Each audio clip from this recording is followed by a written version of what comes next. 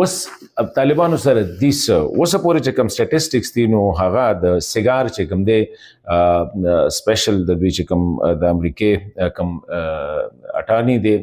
کوم انویسټیګیشن دلته کې چې کوم ریپورټینګ اداره ده د هغې مطابق ټوټل 6 لکه د مختلف بورس چې کوم دی دا وسله دلته په افغانستان کې د امریکای نه پاتې شوې ده.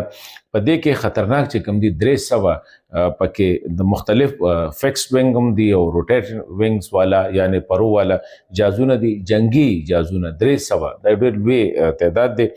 او دغه شانتې د کمیونیکیشن اکوپمنټ یعنی د یو اطلاعات او ډېر پروټیکټډ چې کوم دی های اینډ چې ورته ویل یعنی ډېر زیات جدید